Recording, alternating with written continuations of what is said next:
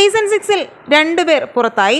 ജിൻഡോയും ഗബ്രിയുമാണ് എന്നാണ് വാർത്തകൾ വരുന്നത്. സംഭവം മറ്റൊന്നുമല്ല, ഗെയിമിനിടയിൽ 2 പേരും തമ്മിൽ കയ്യാങ്കളിയായതും പിന്നീട് നടന്ന സംഭവങ്ങളുമൊക്കെയാണ് 2 പേരും പുറത്താകാനുള്ള കാരണമായി പറയുന്നത്.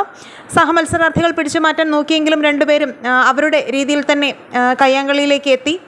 ഗെയിമിനിടയിലായിരുന്നു സംഭവിച്ചത്.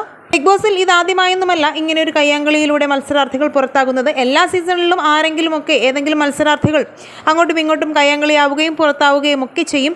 പലതവണ ബിഗ് ബോസും ലാലേട്ടനുമൊക്കെ വാർണിംഗ് കൊടുത്തതാണ്. പക്ഷേ ഇവിടെ വ്യക്തിവൈരാഗ്യം തീർക്കുന്നത് പോലെയാണ് ഗബ്രിയും ജിൻഡോയും ഒക്കെ ചെയ്യുന്നത്. ഇവർ മാത്രമല്ല, പലരും വ്യക്തിവൈരാഗ്യത്തിലൂടെയാണ് സീസൺ 6-ൽ മുന്നേറുന്നതെന്ന് പലതവണ തോന്നിയിട്ടുള്ള കാര്യമാണ്. അത് എടുത്തു പറയേണ്ട കാര്യവുമാണ്.